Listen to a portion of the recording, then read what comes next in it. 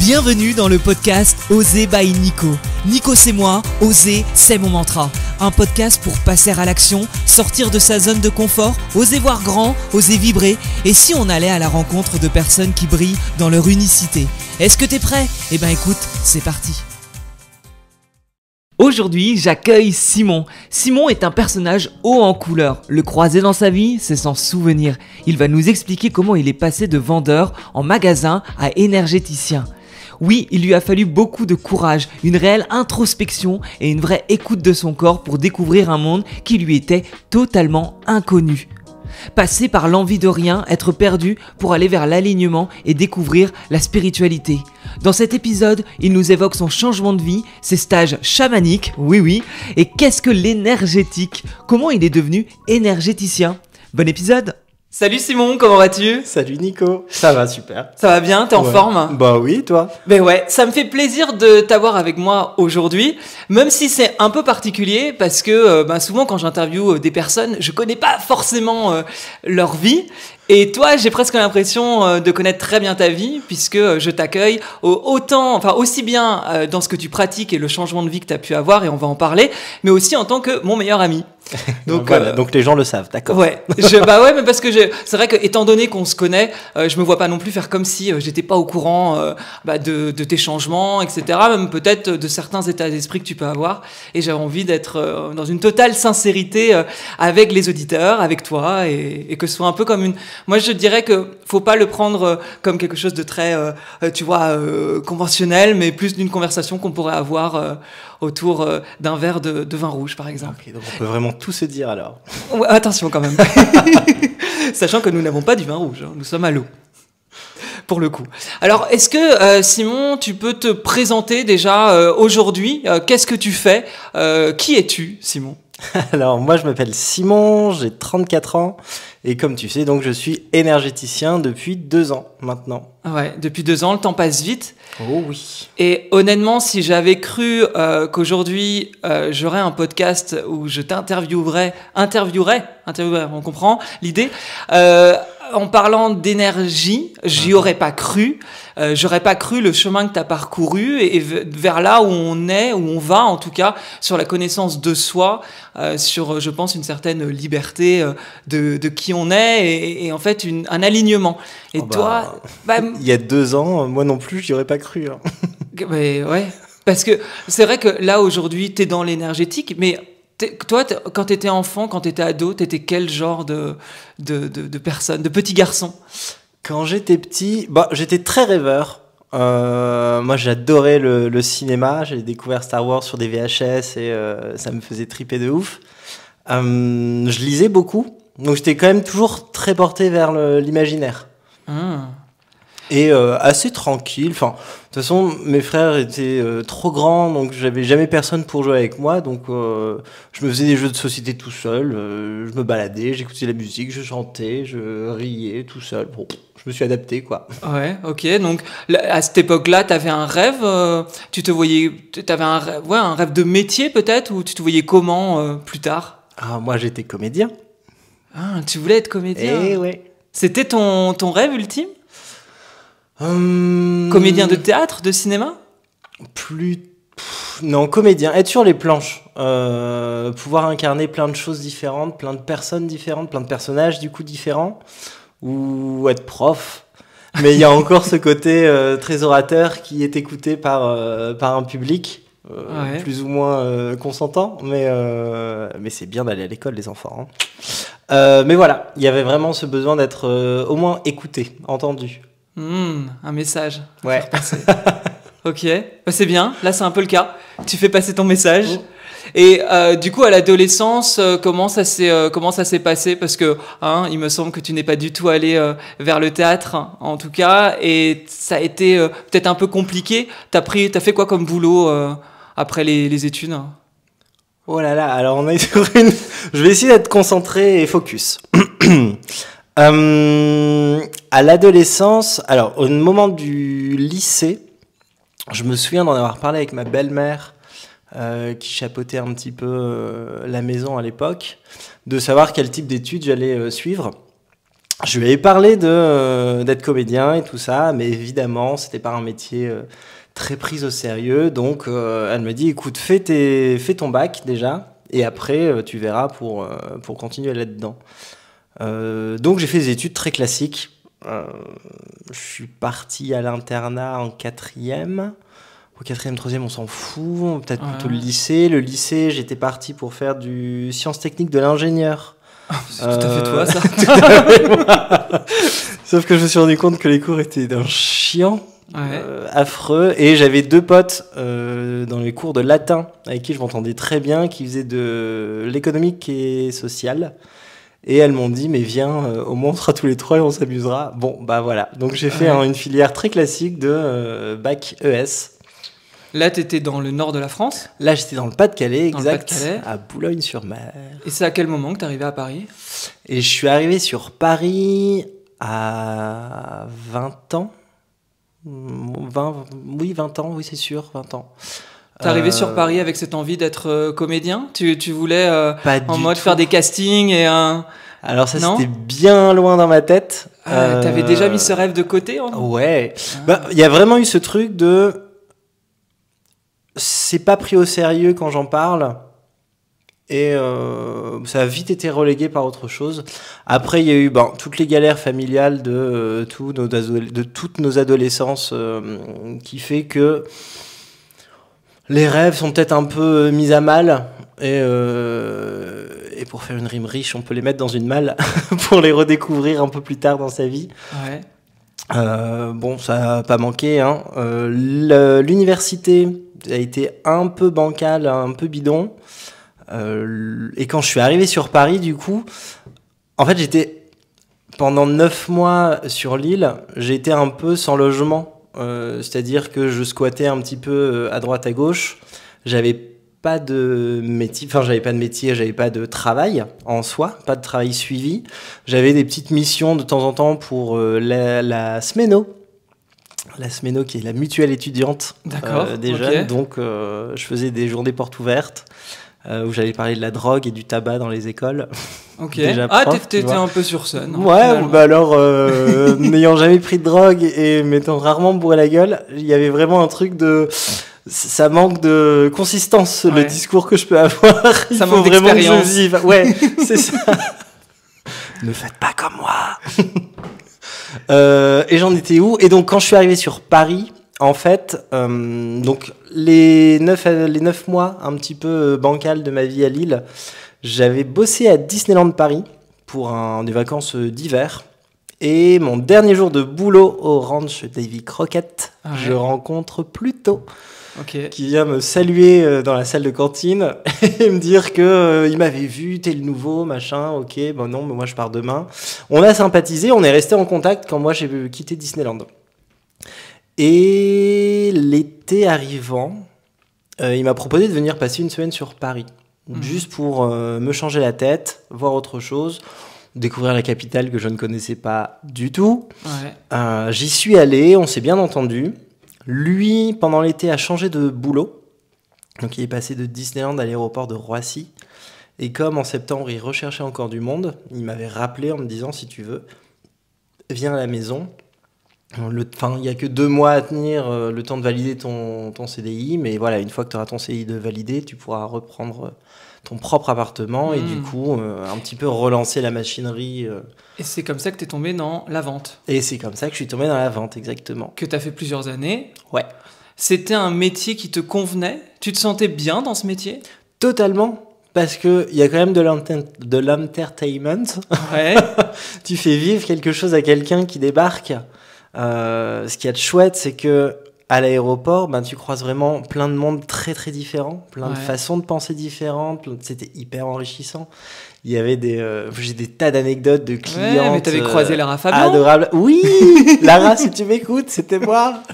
Je lui ai couru après pour lui rendre son passeport parce qu'elle l'avait oublié. Parce qu'on papotait trop, je pense. Il y a vraiment des tas de super histoires et dans tous les cas, la vente, j'ai toujours continué là-dedans parce que j'y trouvais mon compte, à savoir accueillir quelqu'un d'inconnu, d'aller trouver le moyen de passer un petit peu toutes ces frontières d'accès et pouvoir vivre une vraie rencontre. Donc bon, que ce soit pour vendre du Céline, des slips ou maintenant des soins énergétiques, au final, cette envie-là était quand même très prégnante dans ma vie. Ouais, parce que tu vois, quelque chose que je peux retenir dans tout ce que tu fais, et effectivement, la vente, t'étais déjà là-dedans, c'était l'intégrité. L'intégrité, en tout cas, de croire en ce que tu vends, de pas mentir aux clients, Ouais, et finalement d'être dans cette vérité, et de ne pas forcément être dans du marketing. Donc, même si la vente est très marketing, finalement, toi, c'était pas là-dessus que t'allais, c'était sur vraiment la connexion aux gens.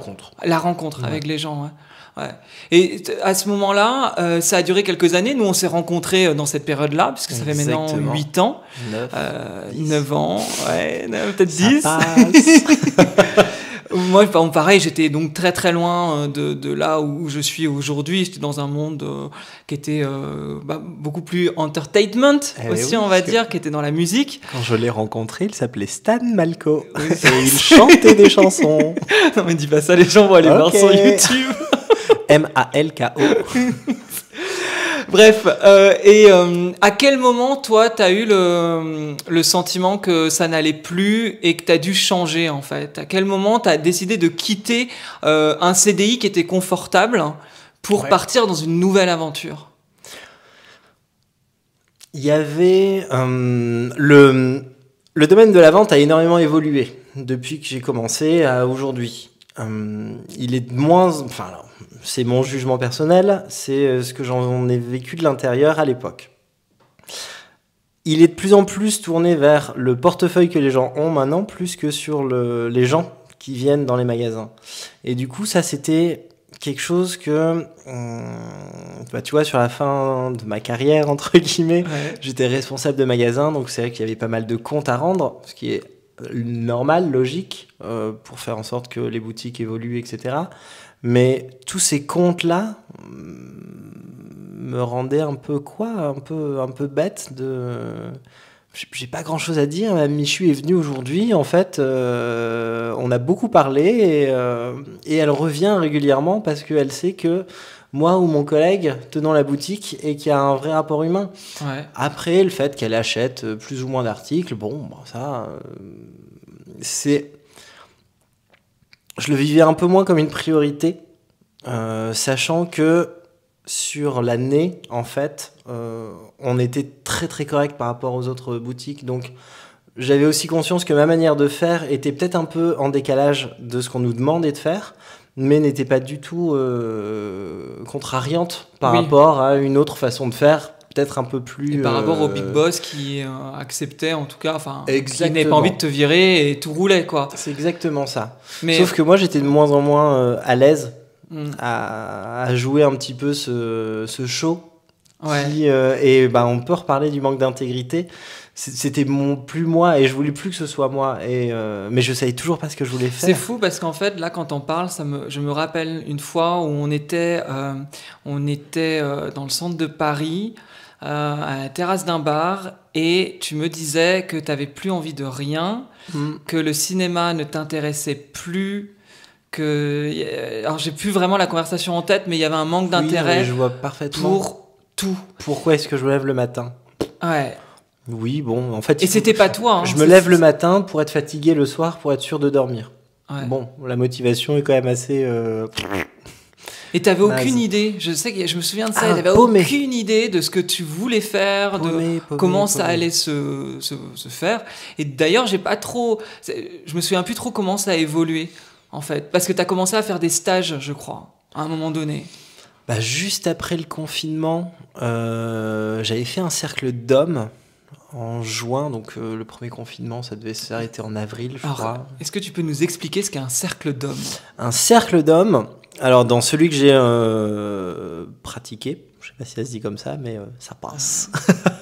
C'est vraiment une dizaine d'hommes qui se réunissent pour aller travailler sur une thématique particulière. Là, sur celui que j'ai fait, c'est vraiment le focus du cercle, c'était vraiment le nettoyage. Se nettoyer, se purifier au maximum. revenir sur sa fréquence initiale, en fait. Et du coup, c'était quoi la question? J'ai oublié. Comment ça se passe? Voilà, c'est ce petit groupe d'hommes, donc chapeauté par une espèce de responsable de stage, qui va nous organiser plein de petits exercices très pratiques, très simples au final à réaliser, pour aller travailler cette thématique. Tu peux donner un exemple d'exercice, sans rentrer dans le détail, hein, mais sans rentrer dans le détail, moi, celui qui m'avait vraiment beaucoup marqué, je cherche le mot, c'est pour ça que je fais des phrases à rallonge. C'est les constellations familiales, pardon. Ah. Ouais. Constellation familiale. C'était ma première fois. Ouais. Donc, est-ce que tu peux expliquer en 2 mots?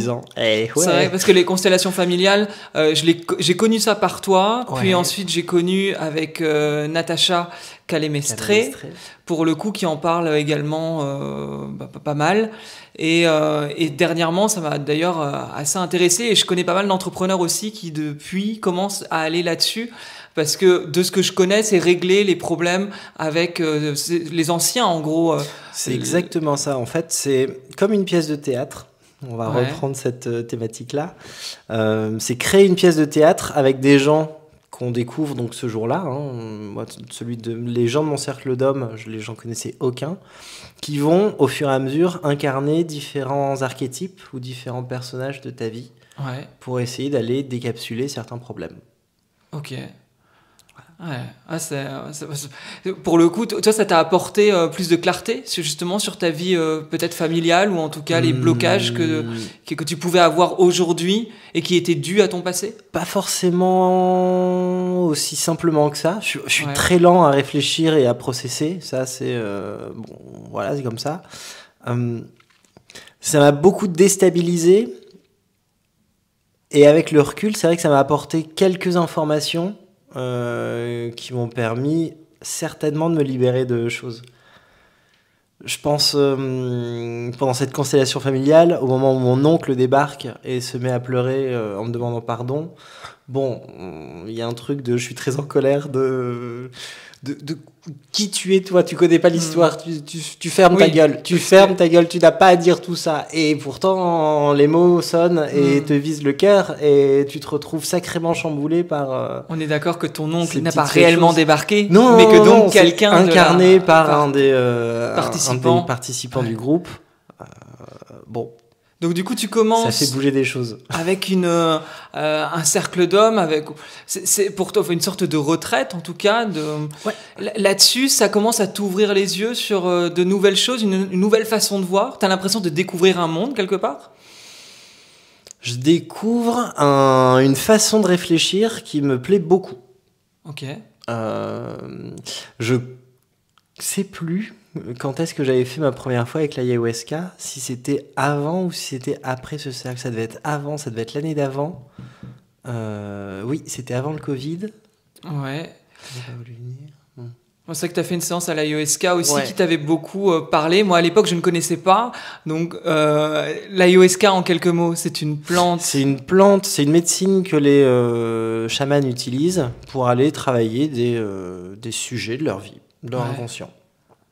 Quand tu m'en avais parlé, je me souviens que j'étais resté bouche bée à me dire mais qu'est-ce qu'il me raconte? Parce que c'est vrai que là on en parle, avec du recul et on reprend finalement différents éléments de ta vie qu'on explique. Mais sur le coup, je me souviens que quand je te voyais et que tu me disais j'ai été faire une séance chamanique d'ayahuasca, il s'est passé ça dans ma tête. J'étais là, il est fou, enfin, sans jugement. Alors, ça n'altérait pas un jugement négatif envers toi, hein. C'était plus, ça a l'air dingue. Mais le qu'est-ce que c'est, quoi. Totalement fou. Et quand je me souviens, après avoir fait, pareil, les cercles d'hommes, quand t'étais revenu, tu m'avais même fait faire un exercice, que t'avais fait là-bas, et j'étais là, mais c'est chelou quand même, ce que tu fais.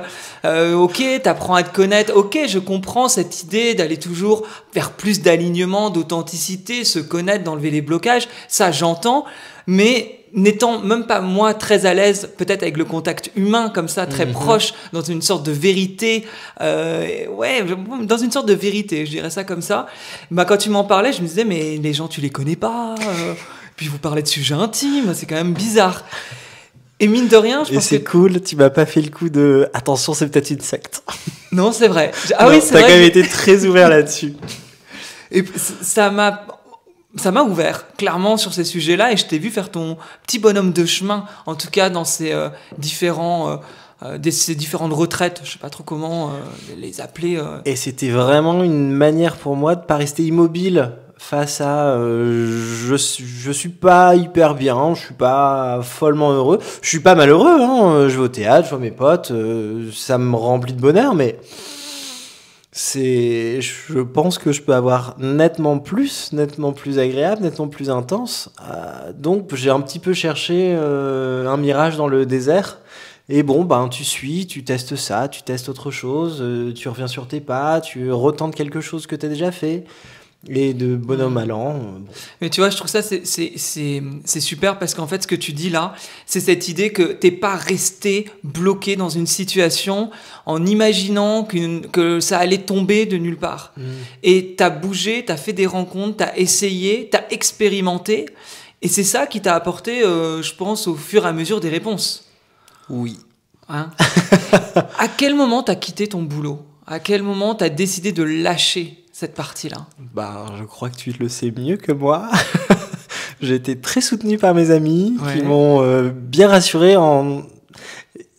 Oui, Simon, le chômage existe. J'avais du mal à croire au concept de chômage, alors qu'on vit dans un monde où on en parle tout le temps, qu'il y a beaucoup de chômeurs, blablabla. Bla. Mais il y avait vraiment ce besoin de sécuriser un appartement et de quoi manger. Pour pas retomber dans des vieilles traditions connues. Du coup, ça a vraiment été beaucoup de dialogue de la part de mes amis, et puis bon, que j'ai accepté d'écouter, et il y a eu un moment où, de toute façon, ça se passait pas très bien à la fin au boulot. Oh, je dirais que ça se passait même très mal. Hein. Dans mes souvenirs, pour moi, c'était une évidence. Ne minimisons pas, d'accord. Non, mais c'était une évidence, c'était une libération. Oui. Tu devais partir. Il fallait que ça coupe, il fallait couper. C'est fou parce que je pense que... J'ai l'impression d'avoir vraiment mis 5 ans à supporter une situation qui devenait de pire en pire, avant d'accepter enfin de me dire, bon, je sais pas ce qui va se passer, mais là, il faut arracher la page parce que... ça respire plus, quoi. Tout bloque, tout est lourd, tout est affreux. Ouais. Et donc là, t'as quitté ton boulot. Et j'ai posé la question au travail, à savoir si je pouvais avoir une rupture conventionnelle qui a été acceptée. Et d'un coup, il y a vraiment eu ce... bon, qu'est-ce que je vais avoir 2 ans de dispo. Ne rien faire me terrifie totalement aussi. Donc il y avait un truc pas très agréable. Je viens de déménager. Le loyer est un peu plus cher. Oh là là là là là là. mais qu'est-ce que je suis bête en fait. Je crois que je suis bête. Bon, c'est pas grave. On va voir. Avance. Souvent, je me donne des conseils comme ça. Allez, arrête. Réfléchis pas, avance et vois ce qui se passe. Bon. Et là, donc t'as les 2 ans qui arrivent. Je me souviens que tu m'as rapidement amené dans une séance d'ayahuasca. Ouais. Un mois après. Un mois après, donc ça arrivait. Je quitte mon boulot le jeudi. Le vendredi, je suis dans le sud de la France pour aller faire une initiation chamanique et une porte de la roue de médecine chamanique. Bon. Mais c'est que... Le week-end d'après, je fais mon 2e cercle d'hommes. Ouais. Et le mois d'après, je t'emmène refaire un week-end d'ayahuasca. Je trouve assez dingue parce que je réalise là quand t'expliques à quel point la spiritualité est très vite arrivée. Alors que j'ai pas l'impression, c'est comme si elle nous était tombée dessus. C'est comme si elle t'est tombée dessus et tu m'as ça a amené. Ça n'a pas changé non plus ma manière de vivre. Non. Mais du coup, c'est vrai que c'était quelque chose d'important que j'avais envie d'aller creuser. En fait, d'avoir le temps disponible pour ça, je me suis dit comment je vais remplir ce temps, parce que ne rien faire, ça va être un peu affreux. Ouais. En fait, il y a des stages. Vas-y, fais. T'as un petit peu de sous de côté, fonce, fais un stage, fais 2 stages. Tiens, on refait un week-end. Je me souviens de faire un déjeuner avec une amie et de m'entendre me dire, tiens, c'est peut-être le moment de refaire de l'ayahuasca. Je t'en parle parce que la première fois, tu m'avais dit, bon, si tu y retournes, peut-être ça m'intéresse. Donc voilà, on fait ça. Et sur le trajet du retour de l'ayahuasca, tu me proposes d'aller faire un séminaire de dev perso sur Paris. Ouais. Enfin, tout s'est vraiment enchaîné à une vitesse folle. Et ce qui est très marrant dans cet enchaînement, c'est que quand je suis parti, moi, faire de l'AESK, toi, tu avais vraiment ce côté où ça t'avait tellement embarqué que je voulais vivre la même chose. Moi, j'avais vraiment envie de voler avec un dragon dans la forêt amazonienne en me disant que cette plante allait me faire découvrir l'authenticité, l'alignement et tous ces trucs-là. Et c'est vrai que j'aime dire aujourd'hui que l'AESK peut ne rien te donner si t'es pas prêt à l'accepter. Donc, moi, mon week-end, il ne s'est rien passé. Alors que Simon, hein, toi, t'étais vraiment dans ton monde et c'était dans une expérimentation. Et donc, forcément, moi, quand on m'a proposé ce stage de dev perso après, je m'étais dit, de toute façon, même quand je fais de l'IOSK, il ne se passe rien, pourquoi pas aller faire ce stage de dev perso. Totalement. Et vu que t'étais dispo, je t'en ai parlé, t'étais pas du tout partant. Tu m'as envoyé une vidéo affreuse de présentation du truc pour tout pas ce que je déteste. Pas du tout partant. Il y avait un côté un peu à l'américaine, un truc peu trop américain. Ouais, trop bling, pas bling bling.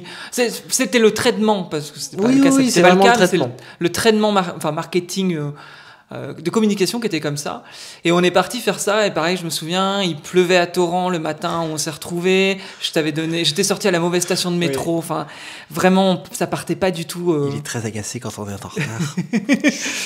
Ça partait pas du tout du bon pied et je dirais que ça a été 3 mois assez incroyables d'aventure qui est arrivée, donc de découverte de soi, là de tout ce que t'aimes, c'est-à-dire qu'on était dans des rencontres, dans des expérimentations, dans un atelier de développement personnel. Je me souviens que plusieurs fois après des exercices de la... On peut dire le nom ? Oui, de la Gridness de la Academy. Gridness Academy, C'est voilà. pas un secret, hein. Okay. Pour ceux qui veulent se renseigner, la Gridness, vous pouvez m'envoyer un message aussi pour en parler, mais oui, la Gridness, avec l'accent à la Gridness Academy, you know. Après des exercices d'atelier, enfin après des ateliers qu'on a fait là-bas, je me souviens que tu m'avais dit, mais ça doit te rappeler tes stages. Parce que ça me rappelle des choses que tu m'expliquais pendant tes stages. Oui. Et moi, dans la tête, il y avait ce truc du... Oui, ok, on fait les mêmes choses que sous le couvert chamaniste. Je sais pas si elle se dit, mais voilà, on comprend aussi. Hein. On le fait avec des mots et une façon de le présenter beaucoup plus acceptée par le groupe, par une communauté de gens qui connaissent pas forcément le chamanisme. Donc c'est intéressant de voir qu'on peut faire les mêmes exercices et les présenter de plein de façons différentes. Et tu sais, là, on parle de spiritualité, de chamanisme, de cercle d'hommes, d'ayahuasca. C'est des choses très terre à terre, je trouve. On a tendance, quand on ne connaît pas, à penser que c'est des choses un peu perchées. En fait, alors que pas vraiment, parce qu'on est très proche de la nature, on est très proche de l'ancrage, de la relation à soi, de la relation aux autres, de la connaissance de soi, et on n'est pas, c'est pas méditer en prenant une drogue et en, moi j'étais ravi parce qu'à la fin du week-end ayahuasca, toi qui te moquais un peu en disant oui, on part se droguer pour un week-end, t'es revenu sur ta parole en me disant bon, ok. Je comprends pourquoi c'est pas de la drogue et c'est une médecine. Ouais. Ok. Non, tout à fait. Donc là, on a fait ce stage qui s'est fait en plusieurs week-ends, sur plusieurs mois, parce qu'on a accédé à différents niveaux. 5 mois. Hein. Sur 5 mois, sur 3 niveaux. Ouais. On a rencontré énormément de monde. Et c'est là que tu as commencé à ouvrir une porte sur ce qui allait devenir ton métier actuellement. Comment ça s'est passé ? Il y a vraiment 2 chemins qui sont en parallèle. Ce qui se passe à la Gridness, c'est qu'au niveau 2, je me retrouve affublé de tremblements. Une espèce de gars qui a Parkinson, qui le découvre sur place. Tout était ok avec le corps. C'est-à-dire qu'à l'intérieur, moi, je commence à trembler lourdement quand même. Je me souviens d'une fois où je me suis écroulé par terre parce que je tremblais trop. Et je me souviens de me demander à l'intérieur de moi, est-ce que ça va ? Ou est-ce que vraiment ça craint, faut appeler les urgences ? Et à l'intérieur, ça me répondait, mais tout va bien en fait. Juste laisse faire ton corps, il fait ses trucs. Ce qui était très impressionnant pour moi, pour les gens, ça a été... c'est vrai que quand le coach m'a sorti 2-3 fois pour être sûr que j'avais pas de problème de santé, que j'étais pas sous drogue, ou j'étais pas en manque d'une quelconque substance. C'était étonnant. Ce truc était étonnant. Et qu'est-ce que ça t'a fait découvrir ? Sur quel chemin ça t'a amené ? le coach, Roberto, pour ne pas le citer, me demande si j'ai déjà travaillé sur moi, je lui parle de l'ayahuasca, je lui parle des stages que j'ai faits, et il me dit, mais en fait, tu as déjà peut-être beaucoup de connaissances, est-ce que tu peux mettre ces connaissances au service de ton groupe pour les aider à dépasser ce qu'ils ont à dépasser? Et ça me fait un tilt tout de suite avec ce que j'avais demandé à l'ayahuasca sur mon deuxième week-end, celui qu'on a fait ensemble.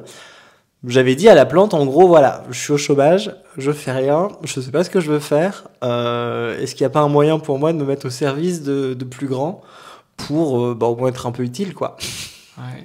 Remplir ce temps libre. Et le petit tilt se fait entre les deux, comme deux pièces de puzzle que tu t'arrives à connecter. Mais comme t'as que deux pièces de puzzle, tu comprends pas c'est quoi ton puzzle au final. Mais tu vois que y a des trucs qui se connectent. Pendant ce temps, j'ai mon premier virement de chômage. Je fais un peu la gueule quand je vois la tarification qu'ils m'est accordée. Et je me dis, bon, peut-être qu'il faudrait que je trouve quelque chose pour faire un peu d'argent. Et je repense à ma dernière histoire d'amour où on m'avait dit que Simon, tu masses hyper bien. Ouais. Est-ce que ce serait pas un projet d'avenir, ça? Et sur Facebook, j'ai mis une petite annonce. Coucou les copains, je me lance dans le massage. Je crois que ça devait être 20 ou 30 balles pour 1 heure. Viens qui veut. Et en fait, le soir, quand je vais checker les réponses, les commentaires, etc., je me rends compte que j'ai déjà une dizaine de rendez-vous de prix. Et que j'ai plus d'excuses de une table de massage c'est un peu cher, et de comment j'organise ça. Maintenant il y a des gens qui viennent, fais ça bien. Donc tu réorganises un peu ton appartement, t'achètes une table, de l'huile, t'essayes de faire un truc un peu sympatoche, et t'as tes premiers invités, tes premiers fous furieux qui ne te connaissent pas, qui viennent se faire toucher par toi. Et sur les 5 premiers, il y aurait vraiment une histoire à chacun, mais je comprends que quand je touche les gens et que j'accepte de pas trop comprendre ce que je fais, donc on peut parler de lâcher prise, je me rends compte que ça va au-delà du corps et qu'on va travailler sur d'autres choses. Je comprends pas encore comment, pourquoi, je comprends pas sur quoi je travaille, je vois juste factuellement des gens se mettre à pleurer, des gens me raconter des trucs très intimes, des gens m'envoyer bouler en me disant que je fais du massage et que je suis pas psy et que à aucun moment j'ai le droit de poser des questions, etc. Ok. Et je trouve ce mot d'énergéticien parce que, à ma connaissance, c'était une espèce de gros mot fourre-tout où je me suis dit, au moins, je suis honnête avec les gens.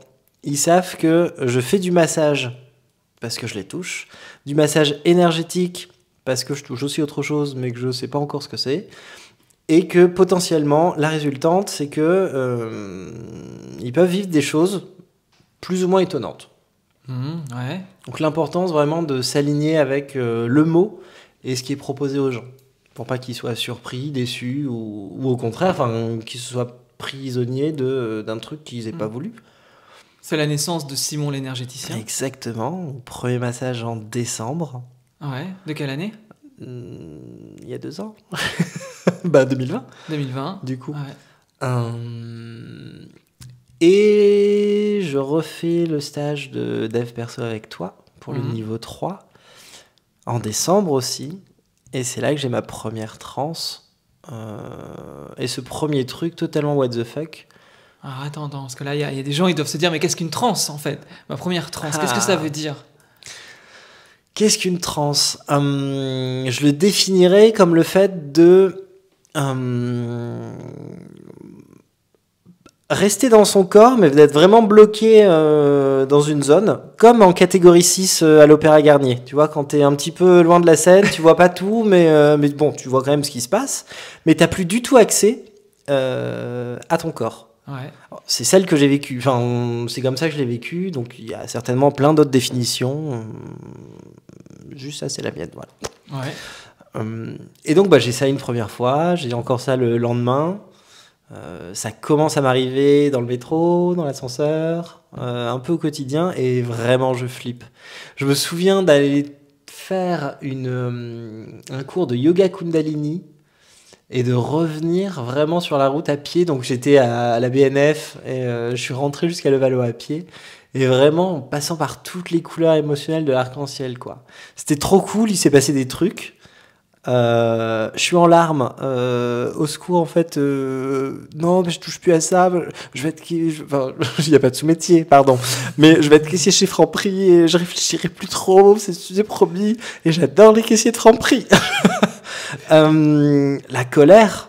Je comprends pas ce qui se passe. L'ado en colère, tu sais, qui voit que son corps change, mais qui a du mal à accepter les choses et puis l'incompréhension totale. À chaque fois que je pose des questions sur je comprends pas ce qui m'arrive, ça me fait un peu peur, je suis perdu. Ah mais Simon, la réponse est en toi. Oh ta gueule. Juste tais-toi, c'est pas du tout ce que j'ai besoin d'entendre. Dis-moi tous les matins de saper 5 fois en direction de l'Est et de chanter avec des plumes. Fais-moi faire un truc, mais rends-moi ça palpable, que je puisse me dire que presque ça a un sens. Là où j'ai pas encore accès à ce sens-là. Non, ça fait très peur cette période. Oui, c'était une période où quand on se parlait, tu me disais je trouve pas les réponses, ouais. Je ne sais pas qui aller voir, je ne sais pas comment faire. Il y avait vraiment une démarche un peu dans le flou. Totalement. Alors tu mettais, parce que dans le flou... J'étais longtemps dans le flou. Mais tu mettais quand même un doigt sur quelque chose. Il y avait quelque chose qui était là, qui n'était certes pas classique, et... après, je pense que t'es bien entouré, ouais. Mais c'est pas quelque chose qui se raconte à tout inconnu. Et il y avait beaucoup, il t'arrivait des choses que tu ne savais pas expliquer réellement. Donc comment l'expliquer à des gens lambda qui ne te comprendraient pas? Il y avait aussi trouver les bonnes personnes, pouvoir en parler. Et en balance de ça, je voyais bien que dès que j'avais quelqu'un qui venait pour un massage énergétique, j'étais hyper aligné, hyper ancré, hyper serein, hyper posé. Et on m'avait fait le reproche au début, quand je disais que j'allais masser, que dans les spas, voilà, on passe 5 minutes sur un bras, du coup on fait 5 minutes dans l'autre et qu'on fait tout un petit peu en miroir. Du coup j'ai essayé de le faire parfois, sauf que en réfléchissant à comment masser, tu checkes ton cerveau et ton cerveau te dit Simon, il y a un problème, il n'y a pas de dossier je sais masser. Tu sais pas faire et tu te retrouves à lever les bras et te dire mais je sais pas faire, c'est vrai, j'avais oublié. Bon, c'est pas grave, pose les mains, ferme les yeux et tout doucement t'as les doigts qui se remettent à bouger et qui repartent en quête de ce qu'ils eux savent faire. Comme un dédoublement entre moi et mon corps de lui il a l'air de savoir ce qu'il fait, juste laissons-le faire. Il fait ça bien, moi ça me rend bien, je vois que les gens sont bien après. Est-ce qu'on parle d'intuition dans ces cas-là ? Je saurais même pas dire. En tout cas, tu t'écoutes. Et en t'écoutant, les choses se font. J'ai vraiment envie de parler du lâcher prise. D'accepter que, même encore aujourd'hui, il y a des choses que je fais que je ne comprends pas encore. Me retrouver à faire des bruits de bouche, ça n'a aucun sens. Ça ne veut rien dire. Je sais pas comment du tout interagir avec cette chose. Et pourtant, c'est un truc qui doit transiter à ce moment-là par la bouche et les bruitages. Donc, comment se sentent les gens quand ils viennent faire un massage énergétique ? Qu'est-ce qu'ils viennent chercher et qu'est-ce qu'ils y gagnent ? Je mets des guillemets, bien sûr, mais voilà. On m'a posé la question hier, j'ai pas su répondre. On me repose la question aujourd'hui, il faut vraiment que je réfléchisse à ça. J'ai eu beaucoup de gens qui savaient pas trop ce qu'ils venaient faire. Qui suivaient un petit peu leur intuition. Il y a eu beaucoup de bouche à oreille, de gens qui ont apprécié ce qui s'est passé et qui du coup en ont parlé autour d'eux. Donc, et même moi j'avais du mal à trouver les mots pour le vendre, pour dire voilà, je masse. Ça, c'est cool. Et peut-être il se passe des trucs. Ouais. Bon, surprise. Dans tous les cas, chacun vient pour un mieux-être. chacun vient potentiellement en quête de quelque chose dont ils sont pas encore au courant. Les gens aiment bien se faire raconter par quelqu'un d'autre. Donc il y avait aussi un petit peu de cette chose-là. Excuse-moi, je te coupe parce que c'est vrai que quand tu dis les gens aiment bien se faire raconter, c'est une chose, mais je pense que ce que tu vois pas de toi, c'est que tu es quelqu'un, un super accompagnant pour aider les gens à débloquer des situations. Et t'en as peut-être pas entièrement confiance, mais les gens ne viennent pas que par hasard. Et tu vois, bon, je te pose la question, mais j'ai un avis sur la question. Et je pense que les gens viennent te voir parce qu'ils ont de réelles problématiques. Et c'est souvent des problématiques presque d'alignement avec eux-mêmes, finalement. Donc, quand tu dis qu'ils vont se sentir mieux après, oui, en fait, tu vas leur faire, en tout cas, se sentir plus alignés. Donc, ils se sentent peut-être plus authentiques. Bon, j'utilise des mots un peu qu'on entend un peu partout en ce moment dans le développement personnel, mais enfin, ils vont se sentir. C'est vraiment l'alignement, hein, moi qui me vient quand on va te voir, on est peut-être un peu désaxé, et puis du coup, tu réalignes le tout de façon à se sentir plus soi, Plus en harmonie. plus en harmonie et en vibration avec ses propres énergies. Merci pour ta réponse. Ouais, je pense que ça, c'est effectivement ça. Surtout que tu as commencé à développer, tu as un massage où tu vas justement aller creuser dans les bas-fonds justement des gens et de leur... c'est un nettoyage énergétique que tu peux faire. Exactement. Et tu as un nettoyage d'harmonisation yin-yang. Du coup, c'est plus un massage d'harmonisation yin-yang qui, lui, s'appuie plus sur de la médecine traditionnelle chinoise, donc en suivant des méridiens, et pour aller vraiment trouver l'équilibre entre ton côté féminin, qui réfléchit beaucoup, et ton côté masculin, qui agit beaucoup. Ouais. Et comment trouver l'équilibre entre j'avance tout le temps, mais je sais pas où je vais, et je réfléchis beaucoup trop, du coup, j'avance pas du tout. Et là, tu t'es aussi formé, c'est-à-dire que c'est intéressant de voir qu'il y a beaucoup de choses qui te viennent naturellement, mais pas que. C'est-à-dire que tu mets en place des actions pour te former, pour avancer. Ah, du coup, les 2 ans ont été hyper formateurs à plein de niveaux. Autant moi, dans ma pratique très personnelle, je fais ce qui me vient.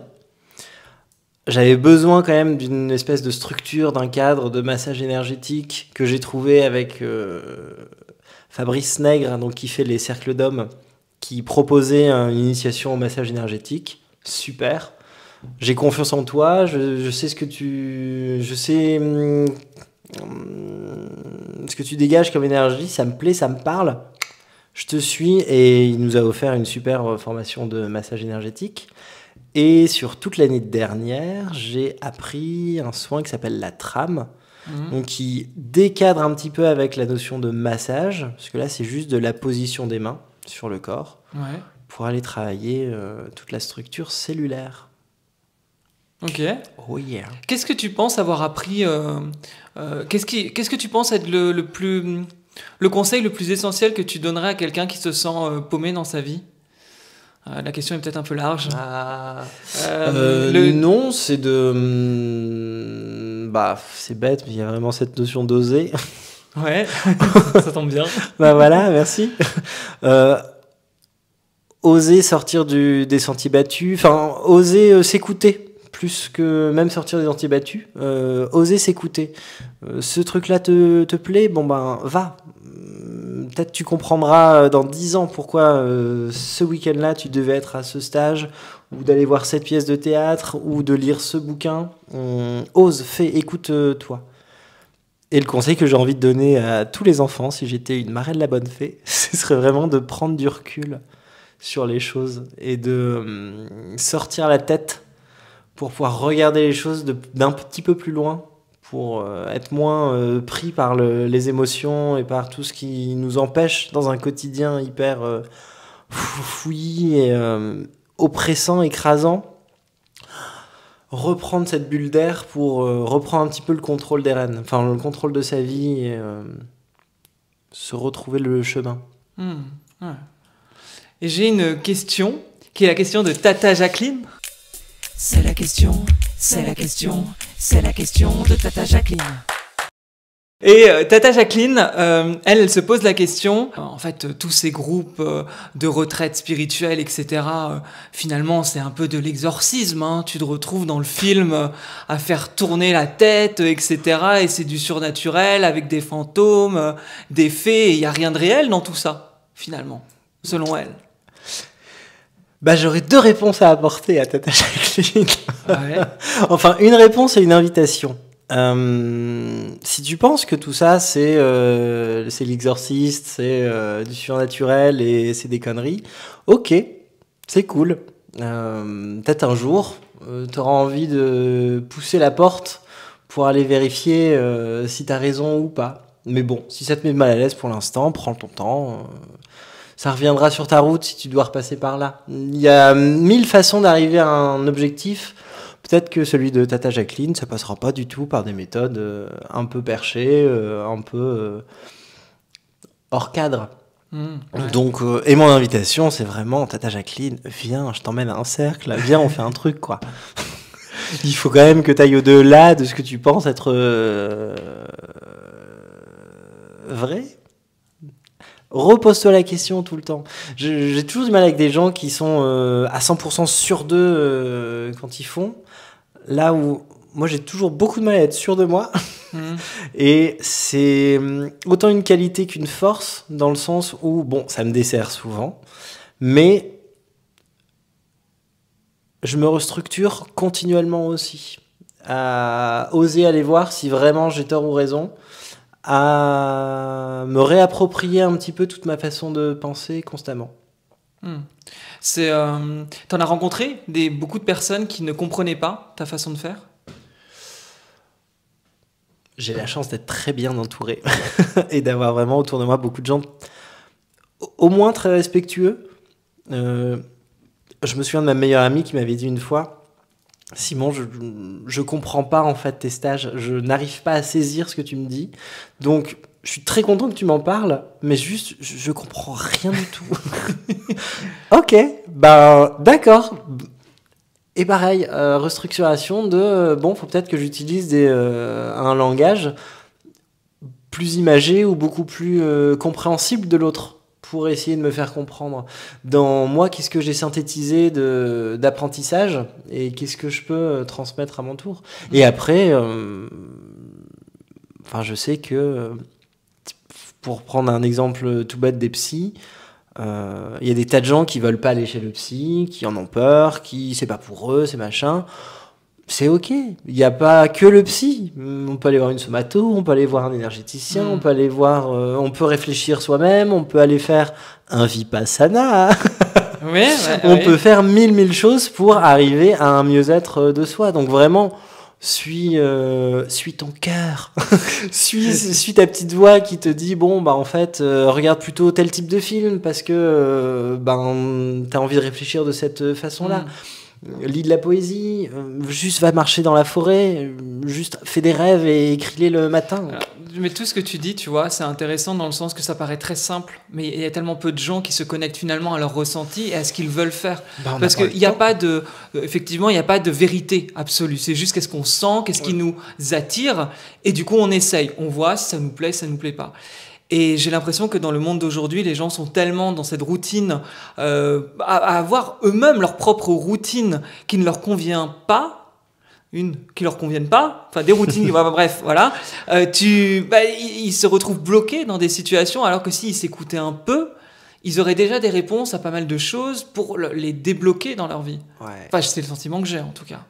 C'est le sentiment que je partage également. Je dis pas que c'est et une après, vérité. j'en sais strictement. Je sais que ça fonctionnerait pour plein de gens et pour plein d'autres personnes, ça fonctionnerait moins bien. Parce que là, ton prochain challenge, justement, parce que t'en as un qui arrive, et là, ce n'est que la première partie de cette interview, parce qu'on te retrouvera d'ici. Au niveau de l'interview, ce sera la semaine prochaine. Si je vise encore.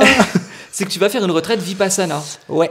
Donc ça, c'est quoi une retraite Vipassana? Alors, une retraite Vipassana, le plus simplement expliqué du monde, c'est 10 jours de silence, 10 heures de méditation par jour, sans téléphone, sans musique, sans carnet d'écriture, sans l'occasion de faire à manger. On te nourrit directement. Donc pour être sûr que tu ne sois qu'avec toi. Tu te sens comment? Le gros flip. Je peur, je veux pas y aller. Non, pour l'instant, c'est pas hyper. Je suis pas hyper enjoué à l'idée. Pourquoi d'y aller. T'as choisi d'aller? Tu vois, c'est un truc qui te. Eh ben, je sais pas. Tu sais pas. Ah, tu sais pas. Alors tu dis tu sais pas parce que ça t'est venu comme une évidence, justement. J'en avais parlé à mon meilleur ami ici présent. il y a quelques mois. Et au mois de janvier, quand j'ai fait mon tableau de visualisation, je me suis dit, tiens, je vais quand même me mettre un Vipassana dedans. Et là, la rentrée approchant, je me suis dit, la fin d'année approchant, si tu veux faire ça cette année, bouge-toi le cul parce que, faut être tiré au sort. Donc, tu sais pas si tu seras pris du premier coup. Moi, je préfère le faire en France parce que c'est pas loin de la maison. On peut spécifier que justement, il y a plusieurs centres dans le monde. Voilà. Ça vient de Birmanie avant même d'être en Inde, il me semble, et que les centres en Europe sont assez prisés, mine de rien. Peut-être l'effet Covid et l'après-Covid a fait que les gens ont eu un grand besoin de se retrouver et passent par le Vipassana. Surtout que l'avantage, c'est que c'est entre guillemets gratuit, en tout cas par don, ce qui fait que voilà. En tout cas, moi j'avais essayé de faire un Vipassana l'année dernière, je n'ai pas réussi. J'ai été refusé dans 5 centres.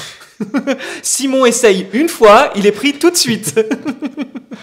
Et il y a vraiment eu ce truc de mettre le réveil le matin pour remplir son questionnaire à 6h, là, pour dire oui, je veux y aller. En me disant, mais t'es sûr que tu veux y aller? Oh, allez, après tout, c'est un tirage au sort. Avec un peu de chance, tu seras pas pris. Au moins, t'auras essayé. Bon, pas de chance. Je suis pris. Ouais, et je sais pas du tout ce que j'en attends, je suis pour l'instant suffisamment effrayé pour essayer de me réconforter en me disant que c'est pas grave si j'y arrive pas, que le principal c'est d'essayer, que tout ça, bon, j'y vais, j'organise, je fais mes lessives pour avoir mes draps de lit disponibles ce jour-là et tout ça, mais pour l'instant, non, c'est beaucoup de points d'interrogation. Et non, je suis pas rassuré, hein. Vraiment, j'ai peur. On en parlera de toute façon dans le prochain épisode, parce que je trouvais intéressant d'avoir ton état d'esprit avant et d'avoir ton état d'esprit après. Et je pense que ça va être passionnant, et franchement, pour ceux qui nous écoutent, ne loupez pas le prochain, parce que même moi, je ne sais pas comment je vais te retrouver, finalement, après 10 heures de méditation par jour pendant 10 jours. Sachant que je n'en ai jamais fait. Et ma petite dernière question, c'est, selon toi, dans ta vie, qu'as-tu osé de plus grand? T'as osé, mais qu'as-tu vraiment osé de plus grand? Qu'est-ce que j'ai fait de plus grand? Tu sais, il y en a qui disent que la réponse est en toi.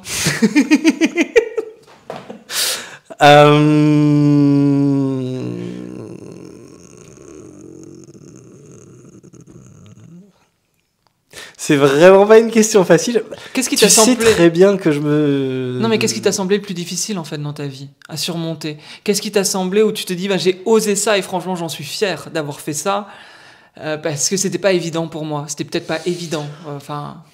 Du coup, c'est pas forcément oser, mais c'est me sortir de situations difficiles dans ma vie. Quand t'as pas de travail, quand t'as pas de logement et que tu dois tout récupérer, c'est quand même un gros challenge du quotidien de retrouver un boulot. Qui dit boulot, avoir une adresse, être propre tous les jours, avoir suffisamment de force, donc de nourriture dans ton ventre, d'énergie pour survivre à tes 35 heures. Voilà, oui, ça a été 2 fois dans ma vie. Ouais. Assez rapproché. Bon, voilà, je l'ai fait et ça va mieux. Là, je dirais que c'est reprendre le pouvoir sur ta vie que tu as osé de plus grand. Parce que c'était de reprendre les choses. Oui, c'est vrai. Reprendre une vie. Ouais. Ok. Voilà. Et si on veut te retrouver, t'as ton Instagram. Exactement. Simon l'énergéticien. Simon-du-bas l'énergéticien, tout collé, tout attaché. Le lien est dans la description. Il y a également ton site qui est dans la description de cette vidéo si les gens sont intéressés pour découvrir justement tes différents massages. Ce que tu proposes, et puis suivre aussi tous tes réels sur Instagram actuellement qui expliquent qu'est-ce que l'énergétique, les massages énergétiques, avec un compte haut en couleur, je dirais, et beaucoup d'informations. Et n'hésitez pas à poser des questions, ça me donne au moins des idées pour faire des nouveaux Reels. Très bien, Reels. Bah, je te dis à bientôt. Et bah à bientôt, Nico. Enfin, à bientôt, à tout de suite. On va sûrement se prendre un petit verre de vin. Exactement. Bon, en tout cas, à tous ceux qui nous écoutent, à très bientôt. Bonne journée à tous. Salut. Bisous, bisous. Merci d'avoir écouté cet épisode jusqu'au bout. Si tu penses que cette interview pourrait inspirer une personne de ton entourage, n'hésite pas à la partager. Et pour faire vivre ce podcast et qu'il soit visible au plus grand nombre, laisse 5 étoiles sur Apple Podcast. Ça serait vraiment super cool. Surtout que ça ne prend qu'une seule seconde et vraiment c'est d'une grande aide. Je te dis à très bientôt pour un nouvel épisode. Salut!